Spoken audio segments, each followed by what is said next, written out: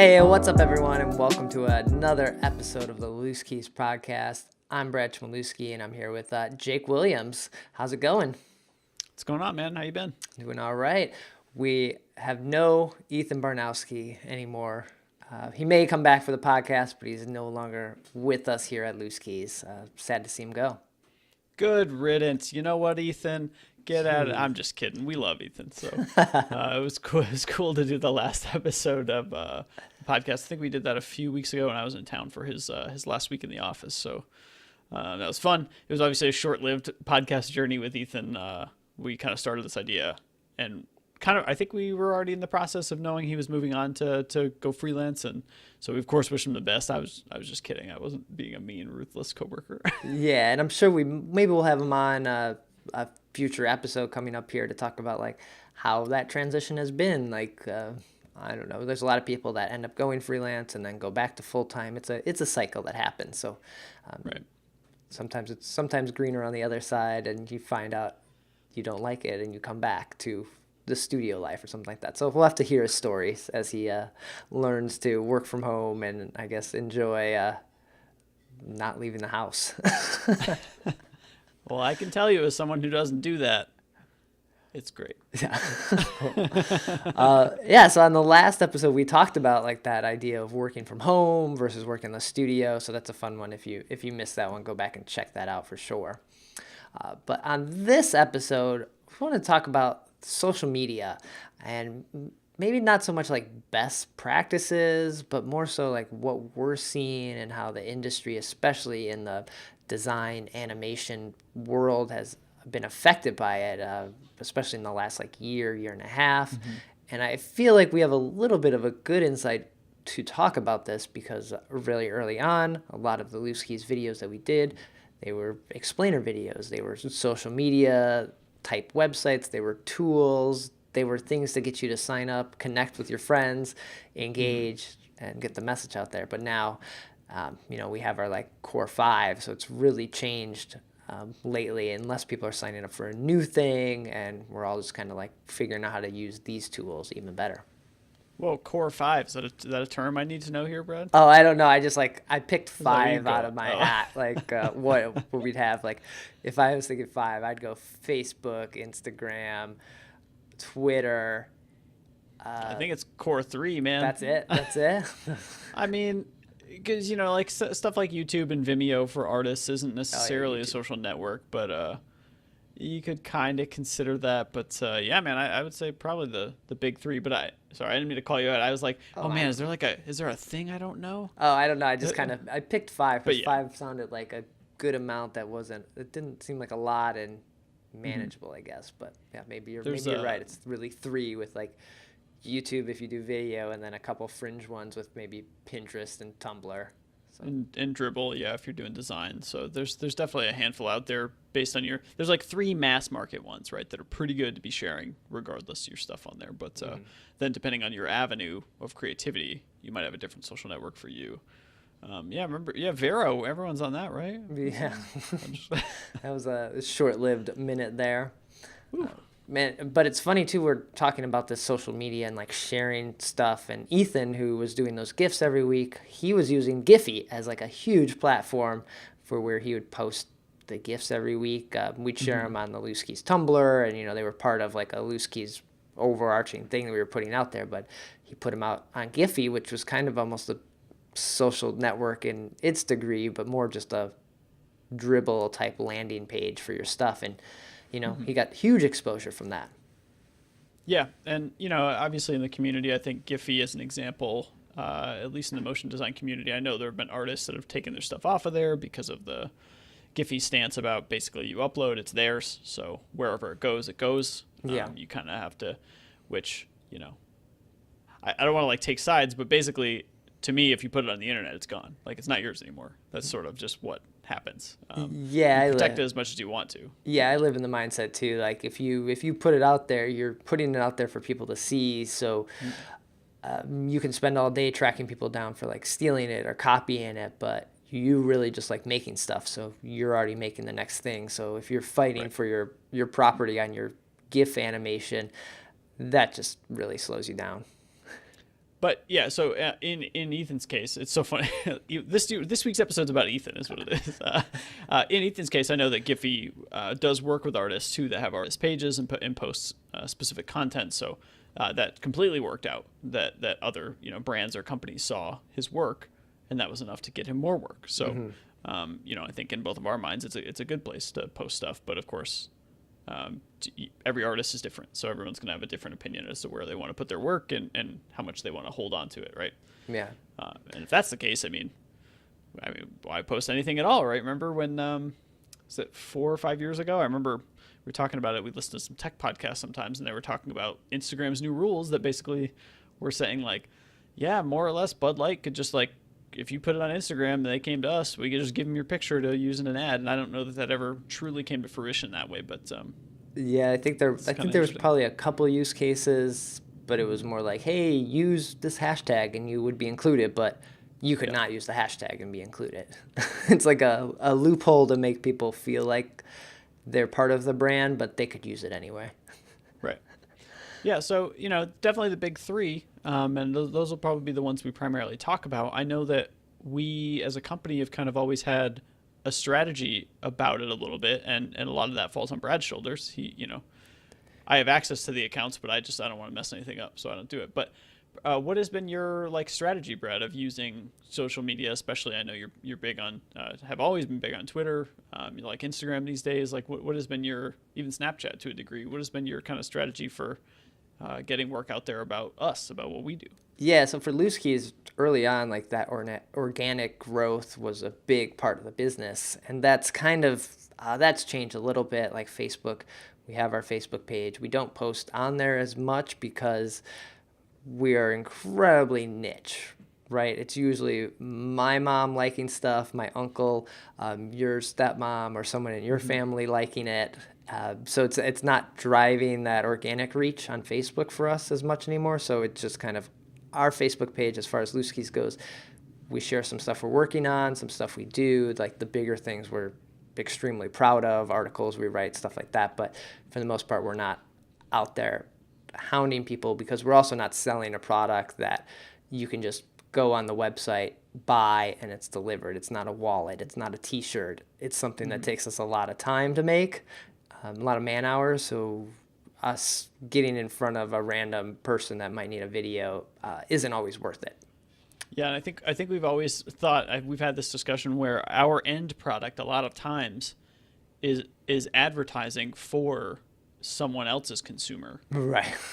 And our consumer is obviously finding those businesses. So the purpose of sharing a video about a money, app or something like a money transfer app, that video is used for them to advertise, but really we're sharing it to be like, hey, other companies who maybe need also our services, this is an example of something we made.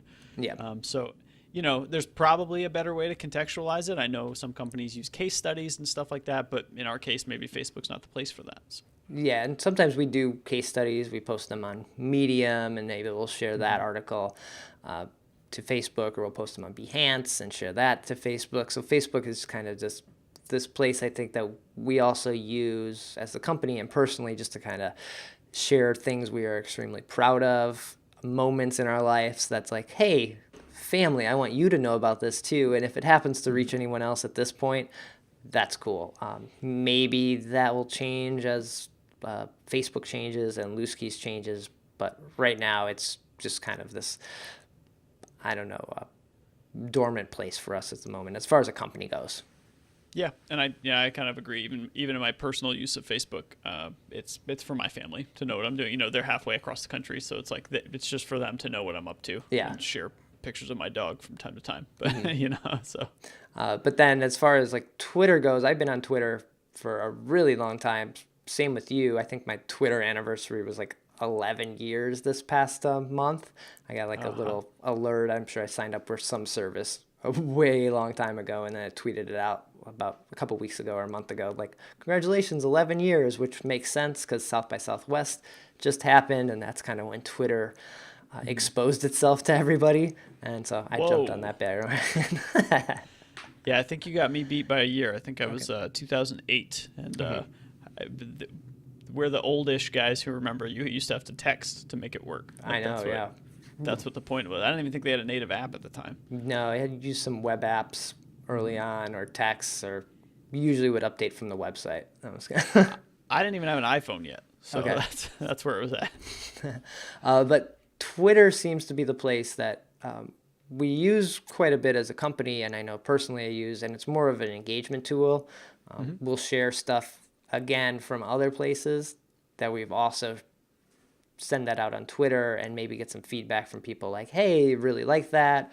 Or, as a company, we like people's tweets or like other people's work, or be like, oh, that looks good, reshare jobs, promote other people in our industry, because,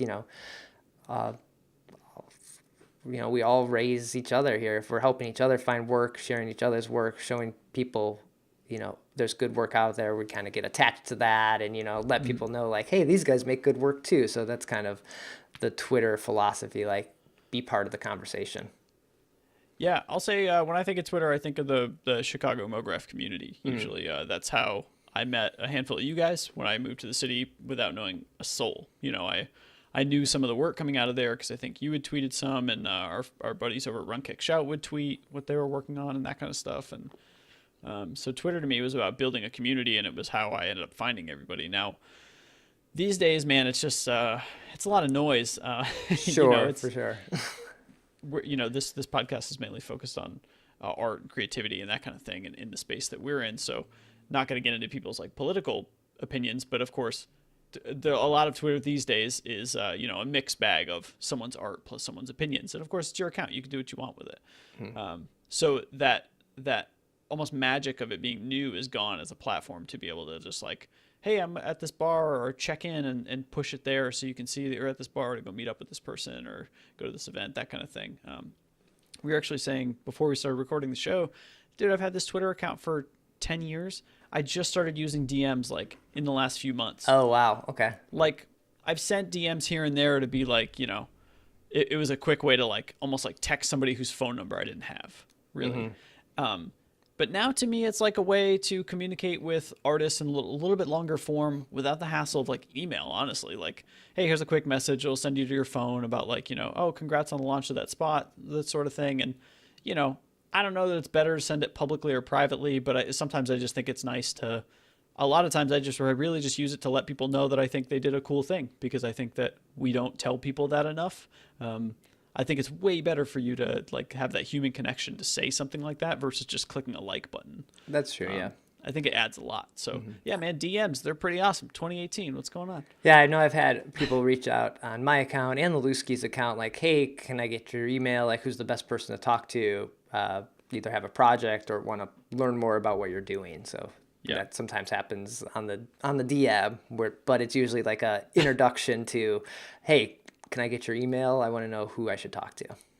Yeah. So DMs not just for nefarious purposes, guys. It's a serious networking tool. Okay. Yeah, but I don't use the LooseKeys Twitter as a platform for political chatter or like really getting into the weeds with a lot of it, because again, like the same idea with the Facebook page, although people like LooseKeys work and maybe follow us for that, we're not a community, I guess, that's building, like there's not a lot of brand loyalty, I guess, to an animation company, right? Versus when you're like Nike, or when you're a sports company or esports brand, like there's people that love the company and want to know like everything that's happening and behind the scenes and who's in charge and the voices. But, people like us for our work we create, and they want to see more pretty pictures, really, right? They don't want to know what the office is eating for lunch, kind of thing. Right. And some of that stuff is there. I think we've done less of it in the last couple of years. I think there was especially when you and I were like kind of nomadic workforce for a couple of years there. It was more fun to kind of share like, hey, check it out, we set up shop here today. Yeah. But of course, once you settle down, and especially if you're someone like me, anybody who's personally followed any of my accounts notices like my Instagram and my Twitter to an extent is basically like my business thing, a professional thing now, because I don't leave the house that much more. So like, guys, my life isn't that exciting. I don't have a cool coffee shop to share or cool like architecture photo. I don't have those things daily anymore. So I've kind of morphed those services into being tailored towards, hey, this is what I do for work, because this is the thing that changes every day. This is the thing I practice every day. So, And when you're a company versus like a big brand or like I mentioned a sports brand where you have lots of different like cool stuff to show, like, oh, look, there's warm-ups happening for this game, or like, oh, we did this. Like a lot of our stuff is like, hey, I'm sitting at the computer, I'm animating this today, right? So it's not sexy all the time. So although that's not what Twitter needs to be either, it's really just like, building that engagement, keeping people updated, you're still alive kind of thing, and let people know what you're doing. Yeah, and in recent years, I think maybe in the last year, to me, it's become less of even a sharing platform of like, here's this work I did. In fact, I think I use it more to retweet other cool things that people found that I want to post there. But I think it's a lot of just reaching out to people. That's what I try to use it for mostly. I try not to let. The other day I had a software thread. I was having not great, but like that's what I used to use it for, and it's like I try to think about those things now. In 10 years when I go back through my silly Twitter feed, am I going to want to be like, oh yeah, that's when I installed After Effects 15.1 and I was not very happy. But that the hive mind of Twitter is really good when you have a problem. I know you used it before, like, hey, how do I have this bug in After Effects, I have this issue in Cinema, and someone's just like, here you go, here's how you fix it. And it's like, that beats any form, that beats asking your friend over message who may not get it for a few hours. Like the instant gratification of Twitter, because people are there to like help each other too, to some degree. Right, and I don't think people typically flood it, but if you're in the motion design community, the hashtag MoChat, which they do a live chat every Tuesday for like an hour, I think, I'm going to misquote it, but it's around 8 or 9 o'clock my time Eastern on Tuesdays. But even during the week, sometimes when people have a thing, they know they can kind of slam that hashtag down. Most of us have the column still active, and people can be able to answer stuff. So I think that's also pretty handy. Yeah, it's really great, man. But over the last, year, basically, Instagram kind of took off, and the design community and animation community decided, like, this is the platform we're going to share everything we're doing. And we had Dribble for a while there, and people are doing that same thing on Dribble, which kind of everything just happens on Instagram now. Yeah. Instagram is always about taking cool photos, and, I should go back into like my early Instagram photos, because I'm almost guaranteeing they all had that silly filter with like the fake frame on it. Yeah, they all had old frames on there. And it's been around, but for some reason I feel like there's been this like thing in the zeitgeist that like people just decided suddenly, they realized like, my work is visual. You can do a minute clips. I don't think video clips I don't think video is always there at all.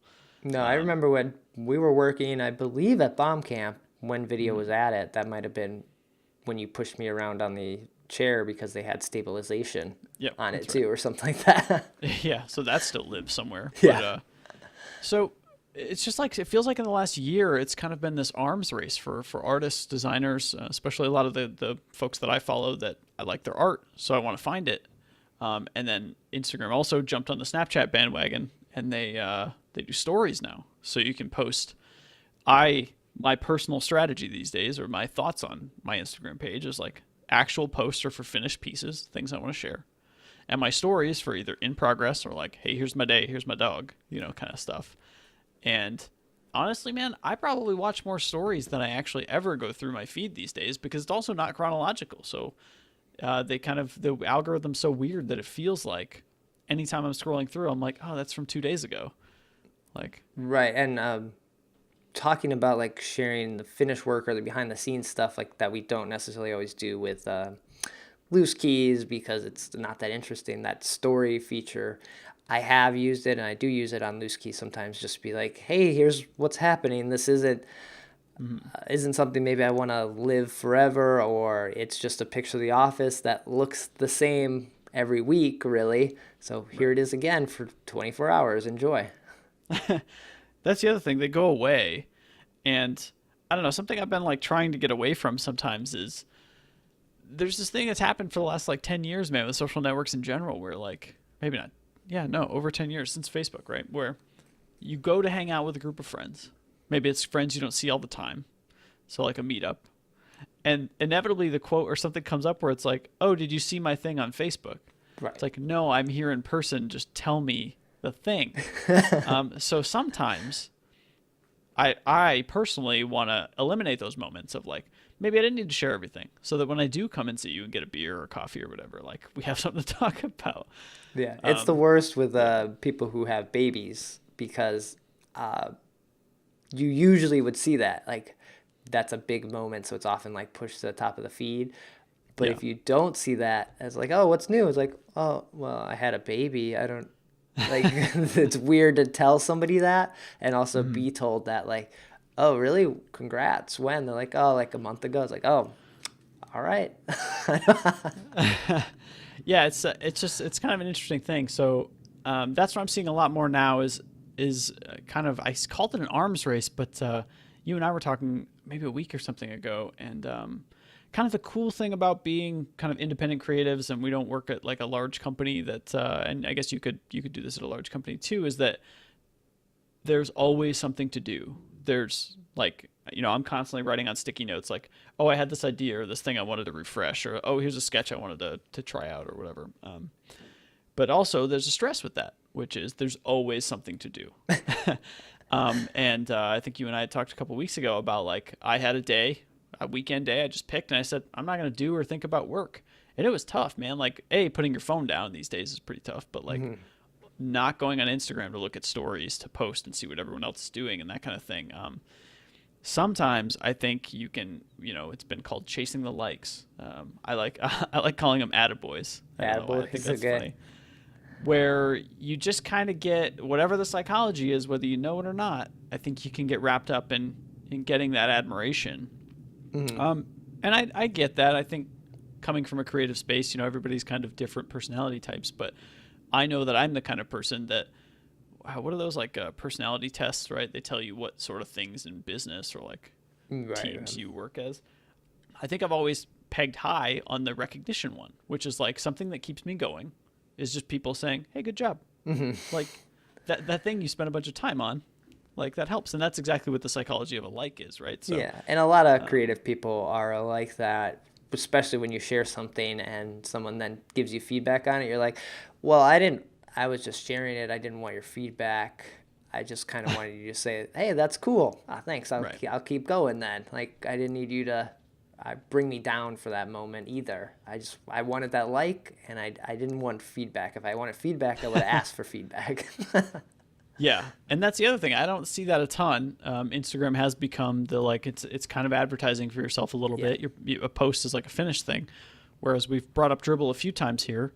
Dribbble originally started as a whip site, like it was for works in progress, and that's the whole point of the thumbnail being so small. And now over the years they've made it bigger too, but it was to share, and then the design community would either like it or comment it or share, or like, and you could rebound and like help other people like alter their designs and stuff. It's turned into advertising, man, and honestly that's how I use it. Like that's just what people do. They post finished stuff there to then link to their portfolio or the finished piece or whatever it is, and that's fine. But you don't see a lot of unfinished stuff anymore. That's kind of where the stories go, where like Instagram stories come in. Like, I'm going to take a silly little, it's not great, you're filming your screen, and we all like laugh at people for doing that, but like, yeah, I don't know. It's kind of interesting to see where they've morphed, but some days it feels like keeping up with Instagram is like, you'll never do it. You'll never quite keep up with where to post your things. However, whether or not you're doing it for the likes, you really can't deny that it's a great connection platform. There's DMs on there too. Random people will just say like, hey, nice work. And people get commissions through it all the time. People label themselves GIF artists now, and all they do is make square GIFs. That's their thing, And yeah, as working as in a creative industry and having a creative company here, you're always having to also share your stuff. So you start to feel a little overwhelmed at times, like you're saying, like you needed a break. It was the weekend and you didn't want to work. That's because work qualifies as like just seeing what else is out there, right? Like, what are other people doing? Looking at stuff. Like, it's a weird thing about the creative business. It's not so much always designing and animating. It's also just knowing what's happening. And so you you start to just, I guess, go in this infinite loop where it never ends. And Right. but it's not going away, right? You can't just stop either. You have to embrace it. You have to do it. I share a lot of stuff for Loose Keys on Instagram because it's a great place to show what we're doing. Yeah. I think there was a really great interview with Michelle Ouellette, who runs a studio out here called Yeah House in Detroit. And she recently talked about you don't always need to share like your practice, like kind of things. Like sometimes that stuff's for you. So while there are cool things, like right now, I think when this episode goes up, we'll probably still be in the midst of the 36 days of type hashtag, which that's pretty much all of my feed right now is like, here's my take on the letter B, you know? And I think that's cool. I think community stuff is awesome like that. But like Michelle mentioned in that podcast, something I took away from that was, look at my own feed, man. Like I post maybe 1 or 2 things a week. So that means there's 5 days where I'm probably trying to make it good. Yeah. And not to say that great artists can't make things, shareable, likable, that kind of thing in a short amount of time span. Everybody works at a different pace. I think you and I have both seen, both with creative stuff and like business related stuff, people sometimes get burnt out when they just try to chase it too hard. Right. Yeah, I have that podcast to listen to, so I need to listen to that. But yeah, but not sharing stuff. Like there's companies where you're like, oh, I haven't seen anything from this company in a while. Are they still around? Or do they even exist? And then, they drop something in like a month or every 2 months. And like, oh, I guess they're still making stuff. Here's one spot they did. Is that all they did? So, well, and you'd probably agree with this. I think for a creative company like us, there are times when we have a string of jobs that we just can't post anything from. Yeah. Not because we're super special, but just because that's the nature of the work. Yeah, sometimes you get internal NDA stuff. Might just be something that's really just not appropriate to share, right? Maybe it was just like not within our wheelhouse. Maybe it was like a PowerPoint-y kind of presentation that's, we made look nice. We have maybe a still frame, but you don't need to see the video. Right, and we're not the only studio that deals with this, but it's pretty common. But I think that if we have not stuff to share, social media is our way of saying, like, we always joke about our style frame character graveyard. Well, there's still stuff we're pretty proud of. We just never got to use in a video. So that's a good time to dig up the old vault for, Throwback Thursday or whatever social thing you can attach yourself to. Mm-hmm. That's why sometimes, you will obviously always see way more Instagram posts from Loose Keys than you will videos because of the nature of how these things go. We can't produce a video every day. Yeah, if we could, man, we'd be good. We'd be rolling in it. We'd be exhausted, though. Yeah. So I don't know, at least I guess to kind of tie a bow on it, I feel like I've been rambling, so apologies if people can't keep up. Like my thought on the whole thing personally recently is Instagram is kind of the place to be. You can let it control you or you can kind of try to control it. It's just the nature of the beast with social media. But if you're a visual artist trying to share your stuff, choose what you want your account to be about. If you want it to be works in progress, like you said, Brad, we typically don't see people post like, oh, I'm working on this. Like, what do you think? That's where stories is pretty great because, heck, I even started responding to people's stories because I think it's funny to comment on stuff in real time or pretty close to it. But I think Instagram's a place to be for sure if you're at all visual sharing any of your work. Twitter's still great for reaching out to people, man. Like, but there are great artists who aren't on anything. So sometimes it's funny to not see them there. And then Facebook, I don't know. I've always thought about setting up like the art page for individual artists, right? Like you could have Brad's art page. Yeah, you could. But at this point, you already have seen kind of where that stuff goes with the LooseKeys page because that's the one you manage.